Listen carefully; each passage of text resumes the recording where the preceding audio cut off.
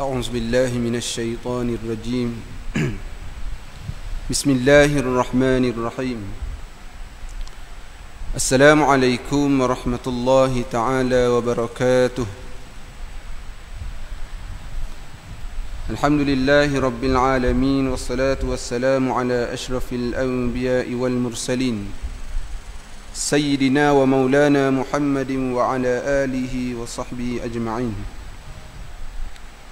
قال رب اشرح لي صدري ويسر لي أمري واحلل عقدة من لساني يفقه قولي سبحانك لا علم لنا إلا ما علمتنا إنك أنت العليم الحكيم ولا حول ولا قوة إلا بالله العلي العظيم أما بعد Alhamdulillah. Pertamanya marilah sama-sama kita merafak kesukaan kita terhadap Allah Subhanahu wa taala. Sebelum kita meneruskan kuliah pada malam ini, marilah sama-sama kita niat iktikaf.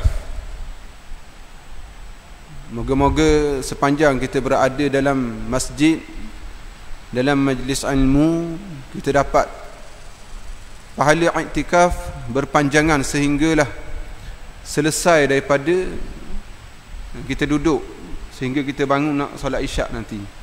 Ada. Sering saya bagi tahu iktikaf ini akan terbatal apabila terbatalnya wudu. Bermakna apa? Bermakna orang yang nak iktikaf kena ada wudu. Tak? Kalau tak ada wudu, kena bangunlah.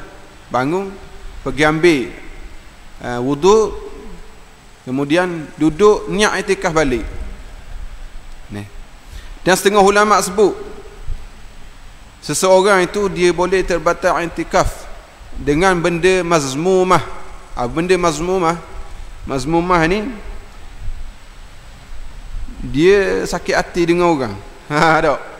Ataupun itu batiniyah, batin. Zahiriyah, dia ngopak duduk dalam masjid dah, niat iktikaf dah, dia ngopak. Ada dia ngopak, maka terbatal niat iktikaf dia. Tak boleh pahala niat iktikaf. Dia kena tajdid niat, kena perbaharui, istighfar balik, tajdid balik. Tajdid mana? Perbaharui. Dia kena apa panggil? Contoh, saya duduk, kita duduk tak? Nawaitu i'tikaf fi hazil masjid sunnatillahi ta'ala. Atas tu ada se? Ada tak? Ni i'tikaf. Tak ada. Tak ada. Tak ada. Kena apa orang sini ingat belakang dah puasa. Tak. Ni i'tikaf. Pihak masjid dah tak dah pasal niat dah. Ingat. Ada situ. Oh, ada situ. Dekat situ ada.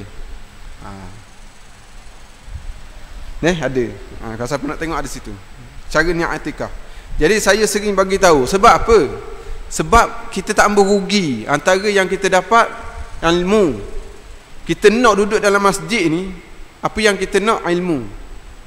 Tuan-tuan duduk ni banyak kerja benda kita nak buat, betul tak? Kalau ikut, tapi kita tak pergi, kita buat duduk dalam masjid. Kemudian kita tuntut ilmu, mendengar. Mustami', kita menjadi orang yang mendengar. Mendengarlah ni. Kemudian apabila kita duduk dan kita mendengar, kita nak pahala duduk tadi tu. Kelebihan masjid, Baitullah, rumah Allah ni kita nak. Mana kita kena niat iktikaf. Rugi sangat kalau kita tak faham tentang iktikaf ini. Kita duduk dah tapi tak niat. Ataupun kita niat dah tapi terbatal niat iktikaf tu di awal lagi kita duduk. Putuslah pahala iktikaf kita yang mana kita duduk dalam masjid tadi. Okey, baik. Kemudian insya-Allah kita sambung daripada kitab Tanbihul Ghafilin. Kitab yang menyebut, memberi peringatan kepada kita, iaitu peringatan tentang bagi orang yang lalai. Bagi orang yang lalai. Nak khabar kepada kita, hukum hakam ni ada benda yang dimansuhkan, ada benda yang dinasahkan. Yang dalam kitab ini, apa-apa yang berlaku hari ini dan hukum dia kekal sehingga kiamat. Kekal sehingga kiamat. Kita baca dah bab yang bukan yang ketiga dah rasa. Memakan riba 1997.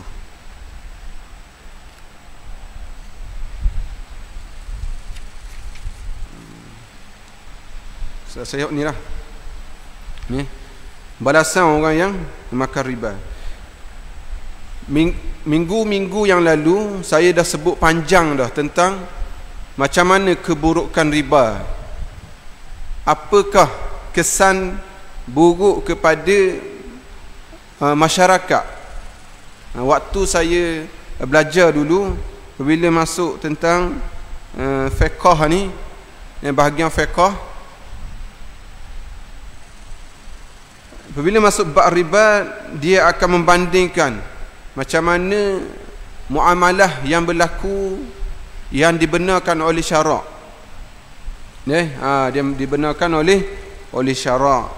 Sebab apa ada muamalah yang dibenarkan oleh syarak? Sebab ada cara ataupun teknik teknik untuk mendapatkan hasil dengan cara menguntungkan sebelah pihak, iaitu riba lah. Riba. Maka hukum ini ada dalam Al-Quran dan tidak dimasukkan oleh Allah Subhanahu wa ta'ala, tidak dibuang. Bahkan benda yang berlaku ni ada sampai hari ni. Kita tengoklah orang yang buat loan, buat pinjaman dengan bank. Saya sebut biasa 9 tahun kata tak? 9 tahun. Lepas 9 tahun tu dia ada beberapa tahun lagi. Beberapa tahun lagi. Pinjam 10,000, bayar berapa? Dia bayar 10,000 juga ke? Tak. Berapa?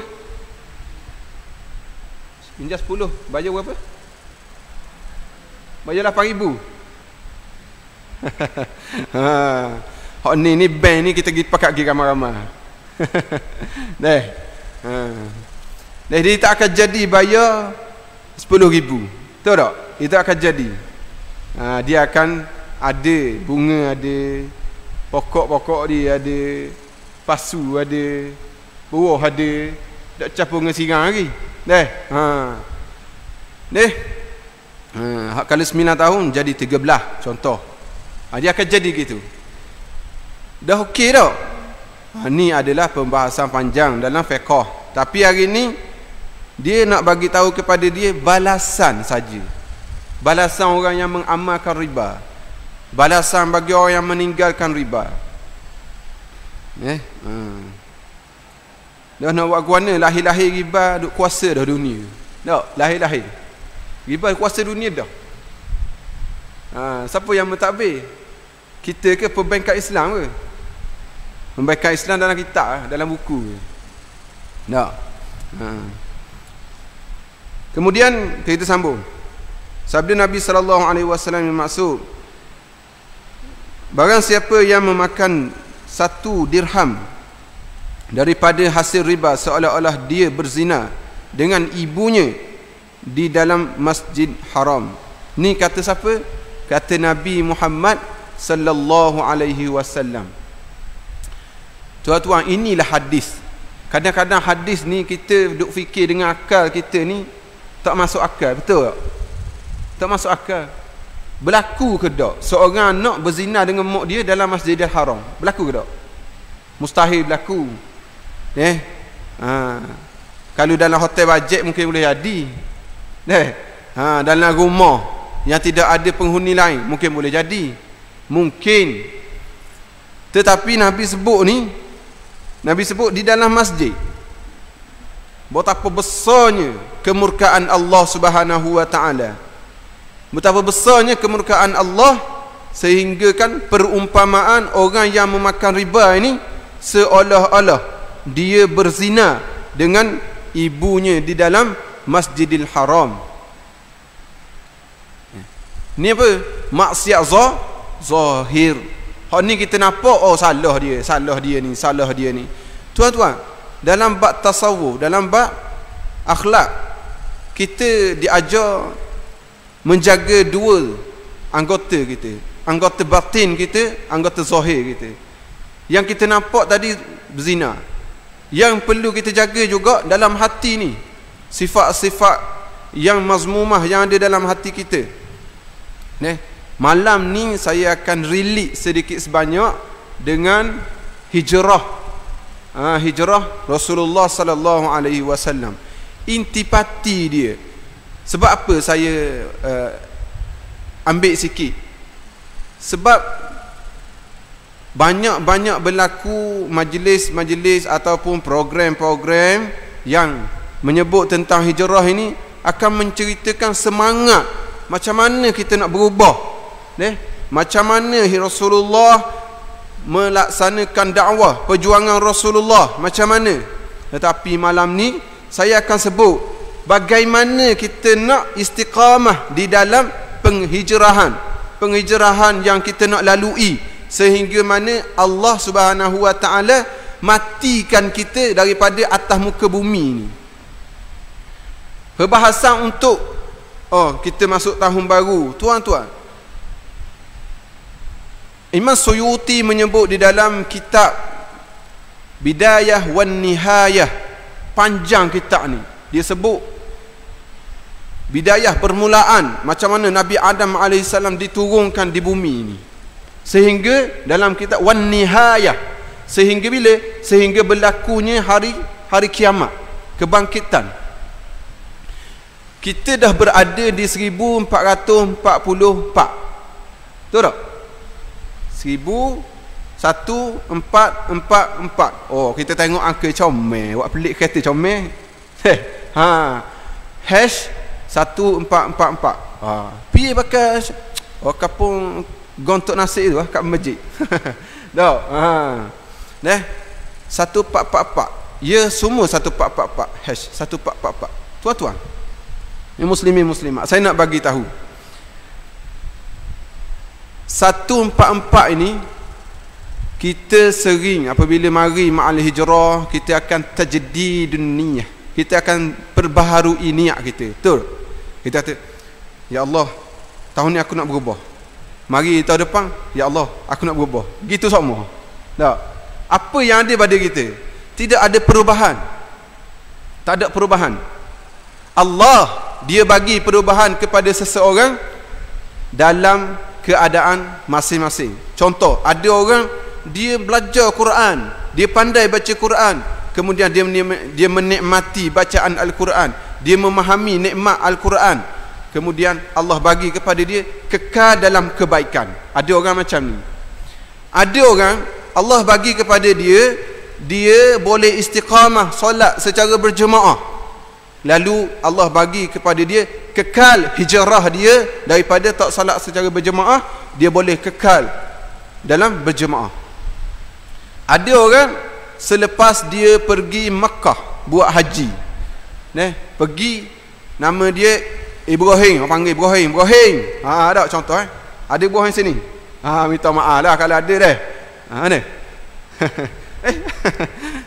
Tak apa, nama Ibrahim nama Nabi. Tapi siapa-siapa yang nama Ibrahim bersedia untuk diuji oleh Allah Subhanahu wa taala. Maqam Nabi Ibrahim ni sangat tinggi, sehingga kan apabila Allah bagi kepada dia anak, lalu diperintahkan pula suruh apa? Suruh sembelih, baru lagi kita raya kan. Nama-nama ni sebenarnya ada maksud. Kita kena kuat dengan nama kita. Jangan boleh nama Ibrahim tapi lembek. Tak apa. Kemudian balik semula. Apabila berlaku demikian, lalu kita diminta untuk Nabi ni ajar kepada kita, bila kita hijrah, Nabi mengajar kepada kita untuk kita doa supaya apa? Supaya kita dapat kekuatan ni penting. Dah guana mula-mula riba dah masuk hijrah. Guana bulak lah ni. Saya kata dah malam ni bab riba, tetapi saya nak relate dengan hijrah Rasulullah sallallahu alaihi wasallam. Ada orang Allah bagi perubahan dia macam-macam. Kita tengok tahun ni kita masuk 1444. Apakah yang Allah bagi kepada kita kekuatan untuk kita berubah? Apa benda? Kita tak tahu apa yang akan ada pada kita perubahan. Satu benda, satu perubahan yang berlaku pada diri kita. Tapi kita nak, maka satu benda yang kita perlu ada dalam diri kita, istiqamah. Kita kena lawan sifat mazmumah yang ada dalam diri kita ni, sehingga kan sampai kebencian itu menjadi kenikmatan. Dulu saya ni tak pandai baca Quran, saya jadi malas baca Quran sebab saya baca salah. Orang tegur semua, kata saya ni baca salah. Saya baca pun saya tahu saya baca salah. Saya malas baca Quran. Kita lawan sehinggalah Allah bagi kemanisan, lalu kita boleh istiqamah. Itulah satu hijrah. Kemudian orang yang Allah bagi kekal dia dalam kebaikan tadi, pergi Mekah buat haji, lalu balik dia dapat haji mabrur, haji yang diterima oleh Allah Subhanahu wa taala. Bukan sekadar orang tukar nama dia daripada Ibrahim, tetapi orang panggil dia haji, dan dia boleh kekal dalam kebaikan dalam kehidupan dia sampai bila? Sampai akhir hayat dia. Itu yang kita nak, mengekalkan diri kita dalam kebaikan. Ini payah. Mungkin zahir kita boleh buat zahir. Boleh buat tak zahir? Pakai kepiah, pakai serban, pakai jubah, ataupun pakai baju Melayu, pakai kain pelekat, naik motor pergi masjid. Zahir kita, luaran kita tunjuk, pamerkan kebaikan, tetapi batiniyah adalah satu benda yang payah. Kata Imam Ghazali dalam kitab Bidayatul Hidayah, rendah je kitab ni, Bidayah wal Hidayah. Apa benda? Permulaan jalan. Mula-mula kita nak jalan ni, perbahasan dalam kitab tu, muqaddimah dia sebut, Imam Ghazali kata, apabila dibaca oleh guru saya terangkan kepada saya, niat adalah satu benda yang mudah untuk kita laksanakan. Mudah tak niat? Mudah je. Tu lillahi ta'ala, kita boleh buat lah. Tetapi menjaga niat dalam perjalanan tadi, mudah tak? Nak jaga niat mudah tak? Kemudah je. Berapa kali kita kena tipu di syaitan? Betul tak? Talbisul iblis, tipu daya syaitan dalam perjuangan kita nak menjadi orang yang baik sangat banyak. Ni kita duduk dalam majlis ilmu ni, mungkin bukan saya katalah, kemungkinan, contoh, kebarangkalian ada yang kata kepada kawan-kawan kita, bajet dia baik mari masjid, contoh. Orang tak tahu, tetapi inilah talbisul iblis, tipu daya syaitan, tipu helah syaitan untuk menghancurkan diri kita daripada perbuatan baik. Saya pakai serban malam ni, tuan-tuan mungkin duk aja tengok pun saya pakai serban, betul? Saya rasalah tak tengok. Dalam gambar pun tak ada pun saya pakai serban tau. Saya pakai serban. Bukan bermakna saya nak hijrah daripada tak pakai serban nak pakai serban, bukan. Saya rasa pakai serban malam ni sekali, saya pakai. Tak. Kemudian ada orang dia boleh istiqamah pakai serban. Pakai jubah, alhamdulillah. Allah bagi kekuatan kepada saya pakai jubah. Pakai jubah. Walaupun kita tahu pakai serban ni solat orang yang pakai serban dengan solat orang yang tidak pakai serban lebih besar aula kelebihan pahala dia dengan orang yang pakai serban. Tapi kita stay tak pakai. Macam saya lah. Saya kadang saya mari tak pakai serban pun. Kadang saya mari kena molek pakai baju t-shirt je mari sembahyang. Kena molek. Kekuatan itu kita kena minta dengan Allah Subhanahu Wa Taala. Saya sebut tadi ada orang boleh kekuatan daripada Allah dengan apa? Dengan dia istiqamah baca Quran contoh. Dia istiqamah solat sunat. Dia istiqamah datang majlis ilmu. Istiqamah. Istiqamah ini satu benda yang payah. Satu benda yang payah. Bukan sabar je payah. Istiqamah pun payah. Tak? Ada orang Allah bagi kepada dia Lailatul Qadar. Lailatul Qadar. Malam yang dijanjikan oleh Allah Subhanahu Wa Taala, yang mana Allah bagi kepada seseorang tu dia bertemu dengan malam Lailatul Qadar di 10 akhir Ramadan. Kita baca kan? A'udzubillahi minasyaitonir rajim. Bismillahirrahmanirrahim. Inna anzalnahu fi lailatul qadr. Wa ma adraka ma lailatul qadr. Lailatul qadri khairum min alfi syahr. تنزل الملائكة والروح فيها بإذن ربهم من كل أمر سلام هي حتى مطلع الفجر. Allah sebut surah ni semua ingat. Daripada sekolah tadika, daripada sekolah pra, naik jauh 1, naik sekolah menengah, ingat surah ni. Tuan-tuan tahu tak? Ada orang Allah bagi kepada dia perubahan dalam hidup dia setelah dia dapat Lailatul Qadar. Malam dia betul-betul tahun tu dia kata aku nak jumpa juga dengan Lailatul Qadar. Tak kira ganjil ke, malam dok ganjil ke, nak bangun juga. Dia bangun direct 10 malam terakhir. Lalu daripada 10 malam itu Allah bagi dia bertemu dengan satu malam yang mana sangat tenang malam tu. Sangat tenang. Dia boleh solat, dia boleh menangis, dia boleh bermunajat kepada Allah. Dia bertemu dengan malam tersebut. Bila habis Ramadan, lalu dia menjadi orang yang baik. Mana bukti dia? Ayat Al-Quran Allah sebut, A'udzubillahi minasyaitanir rajim. Dalam surah Al-Baqarah kan? Ya ayyuhalladzina amanu kutiba alaikumus siyam kama kutiba alal ladzina min qablikum la'allakum tattaqun. Wahai orang-orang yang beriman, diwajibkan ke atas kamu berpuasa sebagaimana telah diwajibkan ke atas orang yang sebelum kamu, sebelum daripada kita. Lalu Allah sebut dalam ayat tu la'allakum tattaqun. Apa benda? Mudah-mudahan kamu menjadi orang yang bertakwa. Bagaimana Rasulullah hijrah? Setiap tahun kita dengar cerita tu. Tahu tak? Tiap tahun Rasulullah kena lepas batu di Taif. Macam mana Rasulullah hijrah? Semua kita tahu cerita tu.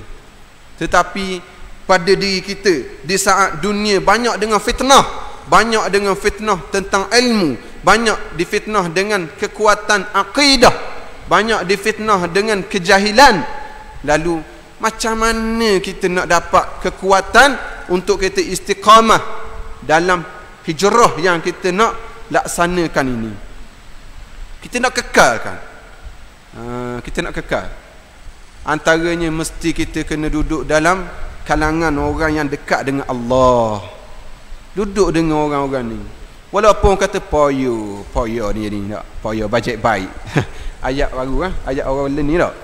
poyo dia, koya dia, bajet baik, bajet orang masjid. Betul tak? Baru-baru ni timbul isu tentang penghinaan Allah, penghinaan kepada Nabi, penghinaan kepada Islam. Adalah satu posting daripada media. Saya pun komen. Saya kata akhir zaman ni kita kena dekat dengan majlis ilmu, dekat dengan masjid. Tahu tak tuan-tuan dia komen apa? Ramai komen bawah tu marah ke saya. Dia kata ingat orang masjid baik ngak, dia kata. Dia kata rebang tau. Padang nak kupang tu boleh ke set masjid, dia kata. Saya kata masjid bukan dekat dengan orang hak jahat tu. Biarlah dia tak. Kita nak jadi baik. Faham tak? Berfikiran secara profesional. Ni menti minda bawah ni. Tak? Bila kita kata baik dengan rapat dengan masjid, rapat dengan majlis ilmu, ustaz bukan betul ngak apa, ya kata. Allahu akbar. Ni akhir zaman. Dah media sosial dah pun. Betul lah media sosial. Dia orang hak komen ni perkara ber. Dia orang, bila orang dia ada akal, dia ada akidah. Tempat mana dia pergi solat Jumaat? Masjid. Mana jemaah? Masjid. Mana dia akan disolat jenazah dia? Di masjid. Siapa yang akan cara urusan jenazah dia? Orang masjid. Betul tak? Tapi kejahilan yang berlaku. Marah sebab tak boleh daging rebang, habis masjid dia marah. Tak? Mentality. Saya kata kita kena dekat dengan majlis ilmu, dekat dengan masjid, dekat dengan Quran. Kena ada guru yang membimbing rohani kita, batiniyah kita, supaya jalan ni lalu kita betul. Dia marah pula. Inilah apa yang saya nak sebut malam ni tentang hijrah.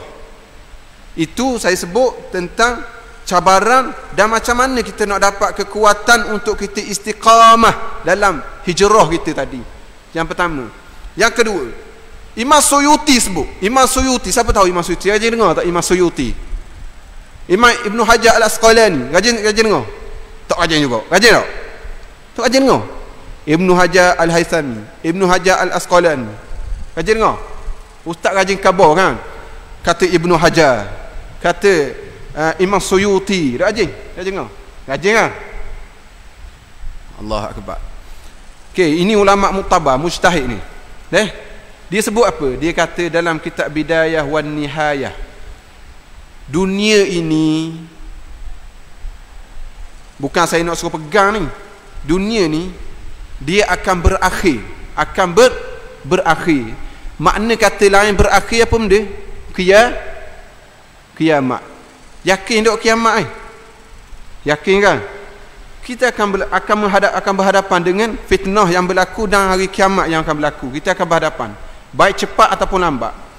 Imam Suyuti dan Ibn Hajar berpendapat dunia ni akan berakhir 1500 Hijrah. 1500 Hijrah. Kalau saya tak betul, saya sebut ni salah. Ada satu pendapat kata 1700. Selega rasa lambat sikit. Betul tak? Kalau 1500 berapa tahun lagi? 60 lebih, betul tak? 60 lebih, 60 tahun lebih je lagi. Mustahil tak berlaku? Tak mustahil. Ada orang tanya Nabi, yas'alunaka 'anis sa'ah. Wahai Muhammad, bila berlaku hari kiamat? Allah firman kepada Nabi, Allah menurunkan wahyu kepada Nabi, suruh khabar ke orang ni, kul ilm, apa panggil ayat dia? Kulha indallah, sesungguhnya hal itu adalah di sisi Allah. Apa benda? Hal-hal hari kiamat, tarikh hari kiamat ni ada dengan siapa? Allah. Tetapi ulama dia sebut dalam satu kitab, bilakah berlaku kiamat? Dalam satu kitab, imam seorang tok guru yang telah pergi meninggalkan kita, Syekh Fahmi Zamzam, dia mengumpulkan hadis tentang peristiwa kecil hari kiamat. Dalam tu ada 40 lebih hadis dia letak dalam tu. 40 lebih. 10, 20, 30, 40. Cukup tak lagi? 40. Dah cukup lagi. Balik buka Imam Nawawi, Bukhari, buka. Dalam kitab peristiwa akhir zaman tadi disebut 40 hadis peristiwa kecil akhir zaman. Benda-benda yang kecil akan berlaku sebelum berlakunya hari kiamat.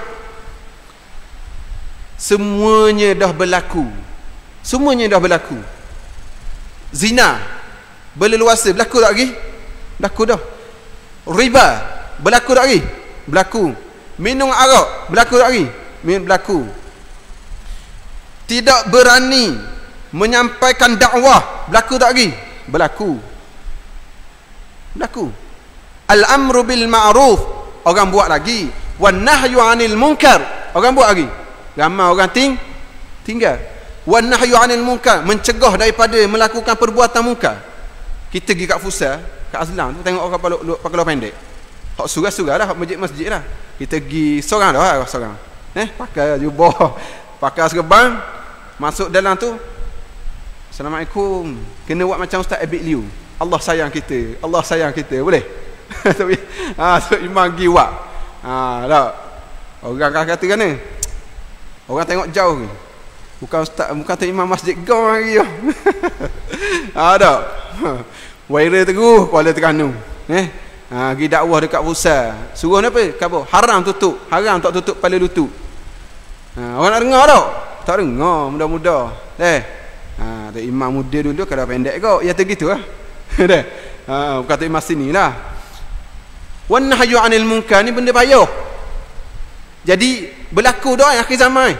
Berlaku juga. Anak tidak mentaati mak ayah, berlaku tak? Berlaku. Meninggalkan sunnah, berlaku tak? Berlaku.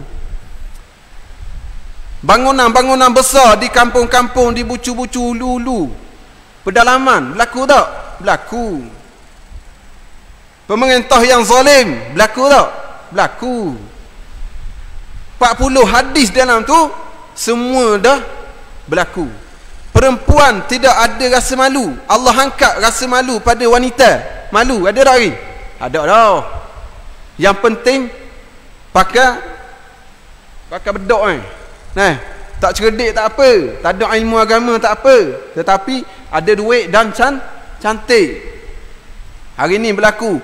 Dalam kitab tersebut dah ada semua berlaku yang disebut oleh Nabi Muhammad sallallahu alaihi wasallam. Bukan mari hijrah ni, mari tahun baru hijrah kita nak suka-suka, jom kita pembaharui niat, jom kita buat majlis sambut ma'al hijrah. Tuan-tuan, kita kena ambil intipati daripada apa yang berlaku, iaitu kita semakin hari, semakin tahun, saban tahun, semakin tahun, semakin masuk tahun baru, semakin dekat kita dengan berakhirnya dunia ini. Mungkin kita fikir kematian ni dok mari kat aku lagi, orang lain dulu, orang lain dulu, orang lain dulu. Tetapi kiamat ni disebut oleh Imam Suyuti dengan Ibnu Hajar dalam kitab Bidayah wan Nihayah 1500. Dan ada satu pendapat yang kita lebih rasa macam selesa sikit, 1700 hijrah. Kita nak kata dah lambat lagi. Tuan-tuan, tengok umat dulu. Umat dulu akan ada ketetapan Allah berakhirnya umat dia. Tahu tak? Umat Nabi Adam habis dah. Umat Nabi Ibrahim habis dah. Umat Nabi Ismail habis dah. Umat Nabi Lut habis dah. Tinggal umat Nabi Muhammad. Berakhir dah umat kita ni. Umat Nabi Muhammad berakhir. Bermakna wajib akan berlaku pengakhiran pada umat Nabi Muhammad, iaitu Yaumus Sa'ah, iaitu hari kiamat. Allah sebut dalam Quran tentang hari kiamat ni. Jadi antara riba ni antara benda yang berlaku di hari di akhir zaman ni, banyak berlaku berleluasa. Kemudian kita perlu mencari kekuatan untuk kekal dalam kita hijrah. Antaranya mesti kita kuatkan diri kita dengan doa. Qada yang ditetapkan oleh Allah Subhanahu wa taala. Dalam kita beriman kepada qada dan qadar. Tuan-tuan, harga barang naik setara mana pun, kita kena beriman kepada Allah bahawa Allah lah yang memberi rezeki. Kita kena ingat, kena ingat. Naik telur 4 ya suti pun kena ingat Allah yang bagi rezeki. Ayam 15 hias kilo pun kita kena ingat Allah lah yang bagi rezeki. Orang marah yang terkini tu. Jangan gitu. Tak logik gitu 15 hias ekor, 15 kilo. Tu saya apa? Sebab apa saya sebut ni? Ia melibatkan tentang qada dan qada Allah. Ketetapan dan takdir Allah. Pelaksanaan. Qada, antara ulama sebut apa itu qada? Qada ketetapan. Allah dah tulis dah setiap batang tubuh kita ni ketetapan rezeki kita sekadar mana. Sekadar mana Allah tetap dah. Muhammad bin Yusuf contoh. Muhammad bin Yusuf. Kalau ada Muhammad bin Yusuf contoh nama je. Allah tetap dah 1 hari bulan 8 mu meninggal contoh. Tak? Mu meninggal. Maka rezeki dia sampai pada pagi 1 hari bulan 8 tu je. Tu. Hari tu je. Tak payah susah dah. Naik berapa ya apa minyak. Tentang saya nak sebut ni tentang qada dan qadar. Allah dah tetap. Pelaksanaan Allah apabila sampai hari tersebut. Okey, pelaksanaan dia ada qada mubran dan ada satu lagi qada yang digantung. Qada yang ditetapkan, dilahirkan manusia itu, kita dilahir dalam keturunan Melayu, orang Melayu Malaysia. Boleh tak nak minta keturunan Arab? Kita nak jeban, pasal jeban ada jeban ni, jamban ni semak contoh. Boleh tak?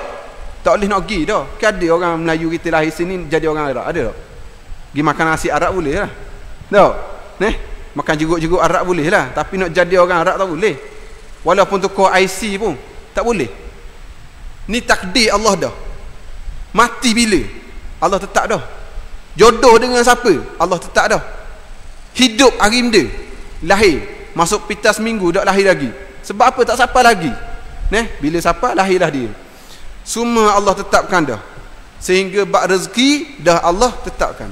Jangan sampai bila kita sampai satu saat kita susah sangat, stres sangat, minta tolong orang tak tolong, lalu kita ambil benda yang terlarang. Ramai tak ni orang buat gini? Bila susah ambil benda yang terlarang. Puas dah berusaha, puas dah minta sumbangan, puas dah bagi tahu ke orang tak tolong kita. Lalu kita ambil benda-benda yang terlarang. Buat benda-benda yang tak sepatutnya. Pergi minta bantuan daripada gereja-gereja contoh. Tak? Bila terhutang budi, lalu dia ajak buat apa-apa lagi aktiviti.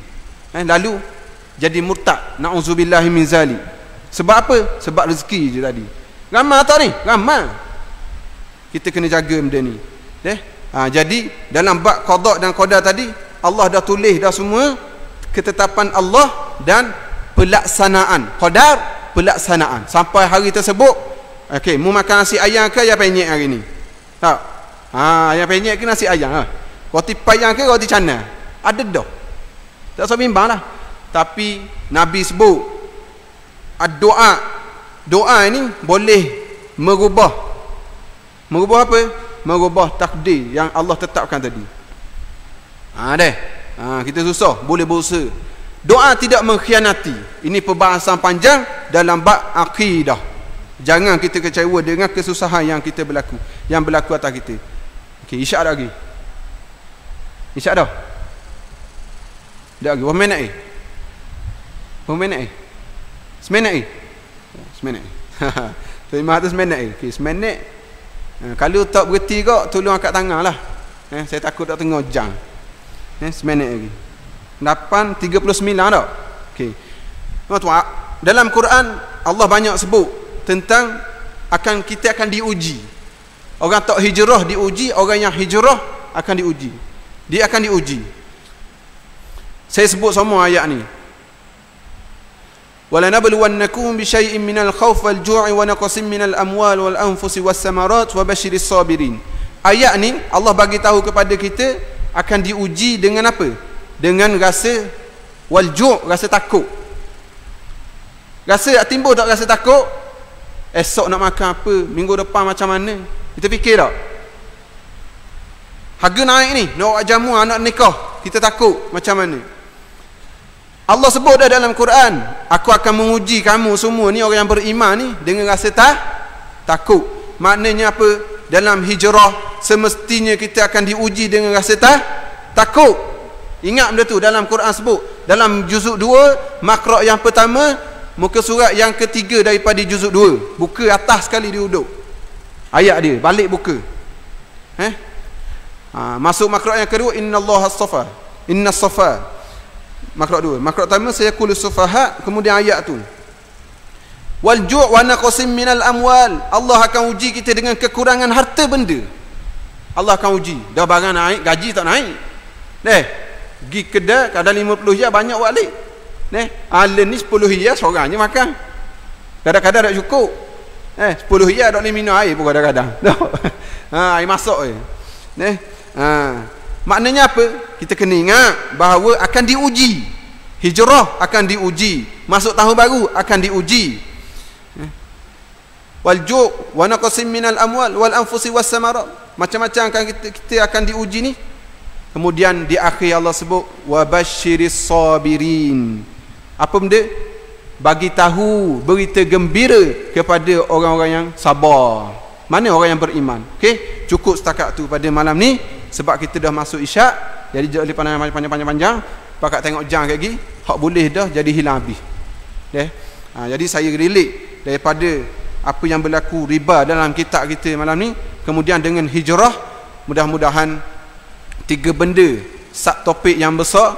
Yang pertama, kekuatan untuk kita dapat dalam kita hijrah ini. Yang kedua, bilakah tarikh ataupun anggaran yang diletak oleh imam-imam mujtahid hari kiamat akan berlaku, walaupun hari yang ditetapkan oleh Allah Subhanahu wa taala.